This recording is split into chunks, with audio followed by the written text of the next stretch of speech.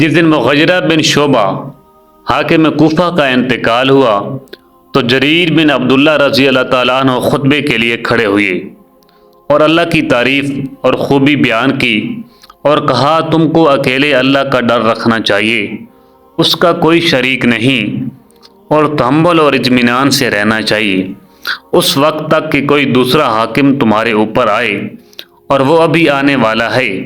پھر فرمایا اپنے مرنے والے حاکم کے لیے دعائے مغفرت کرو کیونکہ وہ مغیرہ بھی معافی کو پسند کرتا تھا۔ پھر کہا اس کے بعد تم کو معلوم ہونا چاہیے کہ میں ایک دفعہ حضرت صلی اللہ علیہ وآلہ وسلم کے پاس آیا اور میں نے عرض کیا میں آپ سے اسلام پر بیعت کرتا ہوں۔ آپ صلی اللہ علیہ وآلہ وسلم نے مجھ سے ہر مسلمان کی خیر خواہی کے لیے شرط کی، پس میں نے اس شرط پر آپ سے بیعت کر لی، پس اس مسجد کے رب کی قسم کہ میں تمہارا خیر خواہ ہوں۔ پھر استغفار کیا اور ممبر سے اتر آئی۔ صحیح بخاری حدیث نمبر 58۔